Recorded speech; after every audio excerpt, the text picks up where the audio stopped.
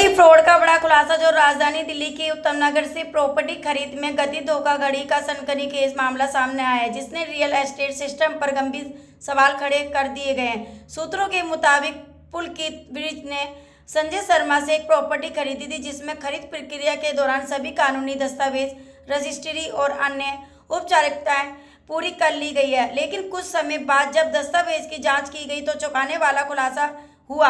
उसी प्रॉपर्टी की रजिस्ट्री पहले से ही किसी अन्य व्यक्ति के नाम पर दर्ज थी। इस खुलासे के बाद पीड़ित ने तुरंत कार्रवाई करते हुए उत्तम नगर थाना में शिकायत दर्ज करने की कोशिश की, तो आरोपी के थाना स्तर पर उनकी FIR दर्ज नहीं की गई, जिसमें बताया जा रहा है उन्हें लगातार टाल ही दिया गया था।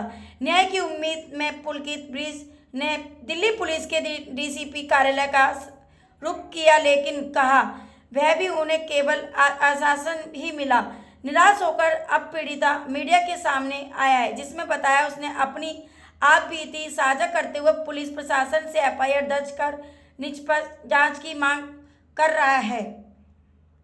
जो आपको DCP ऑफिस आना पड़ा, ये एक सरासर फ्रॉड का मामला है। मैंने एक प्रॉपर्टी बाय करी थी नवादा के अंदर C28C, और जैसे ही मैंने प्रॉपर्टी बाय करी, मैं कब्जा लिया, सब कुछ मैंने आराम से अपना सामान रखा हुआ था, और मुझे पता लगता है कि उस वाली प्रॉपर्टी की already S Krishna home private limited के मालिक ने, संजय शर्मा ने, ऑलरेडी उसकी रजिस्ट्री पहले ही 2025 में करा रखी थी। और ये वाला मेरा मामला जो मैंने रजिस्ट्री कराई है वो फरवरी का मामला है, और पिछला 1 महीना हो गया फरवरी से पुलिस के चक्कर लगा लगा के थक चुका हूं मैं कि मेरी FIR लॉन्च कर दो, मेरी कंप्लेंट पे कोई एक्शन ले लो, बट नहीं, कुछ नहीं हो रहा, किसी के कानों में जूं नहीं रेंग रही, और मैं बड़ा परेशान हो चुका हूँ।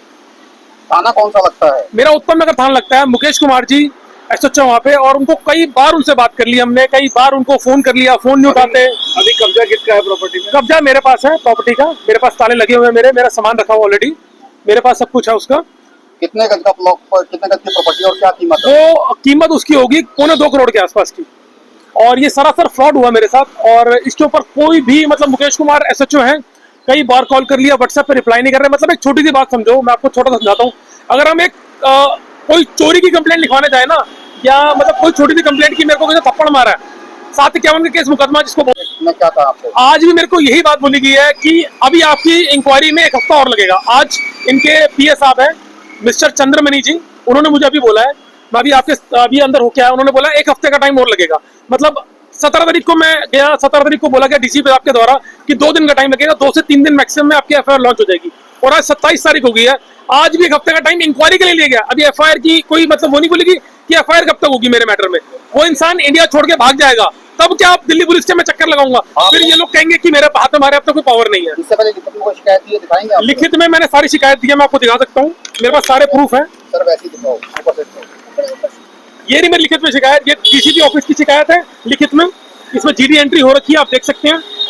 SHO साहब को भी मैंने डाल रखी है, मैंने बाय कोरियर बाय हैंड तो ले ही नहीं रहे एक्चुअली, तो बाय हैंड वाली लाइन हटा देते हैं।